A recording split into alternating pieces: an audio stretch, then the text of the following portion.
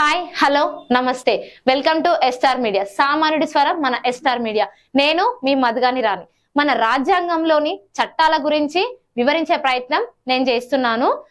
చట్టం గురించి తెలుసుకో నీ హక్కులు నువ్వు కాపాడుకో ఎపిసోడ్ నెంబర్ 1 బెయిల్ అంటే ఏంటి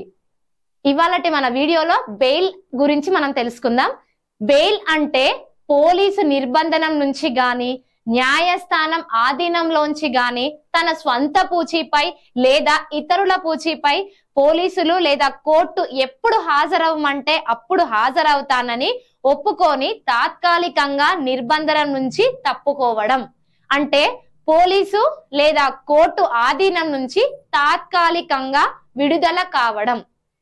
బెయిల్ దొరికేది దొరకనిది అంటూ ఉంటుందా ఎస్ ఖచ్చితంగా ఉంటుంది క్రిమినల్ ప్రొసీజర్ కోడ్ ప్రకారం నేరాలను 2 రకాలుగా విభజించారు ఒకటి బెయిల్ దొరికేది 2 బెయిల్ దొరకనిది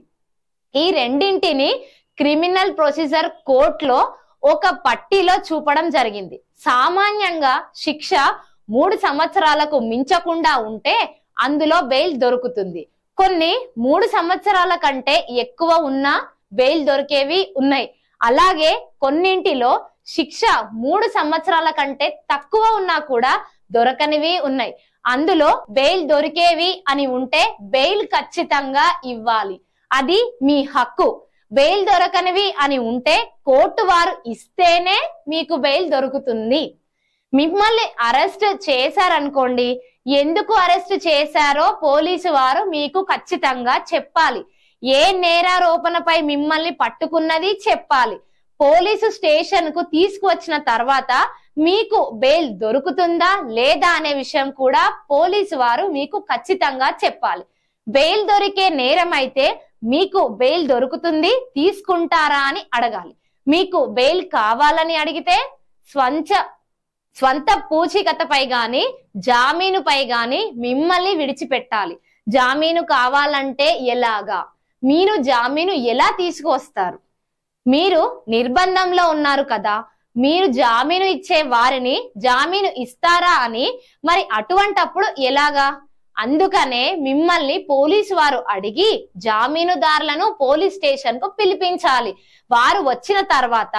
వారిని అడిగి మిమ్మల్ని విడిచిపెట్టాలి అంటే అరెస్టు చేసి మీకు బెయిల్ దొరుకుతుంది అని చెప్పి దానికి కావలసిన జమానతుదారులను పిలిపించి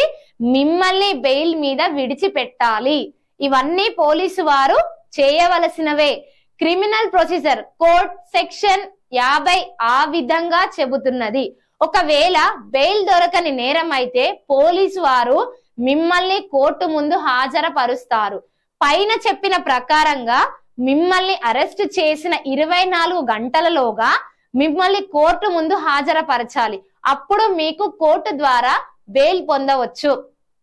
చూశారు కదా వీడియో నచ్చినట్లయితే ఖచ్చితంగా మన ఎస్టార్ మీడియా ఛానల్ ని లైక్ చేయండి ఈ వీడియోని మీకు తెలిసిన వాళ్ళతోని షేర్ చేయండి మీకు ఇంకా ఎలాంటి చట్టాల గురించి అయినా తెలుసుకోవాలనుకుంటే కింద కనిపిస్తున్న కామెంట్ సెక్షన్ లో కామెంట్స్ రాసి పంపించండి దయచేసి ఎస్టార్ మీడియా ఛానల్ ని సబ్స్క్రైబ్ చేసుకోవడం మాత్రం మర్చిపోవద్దు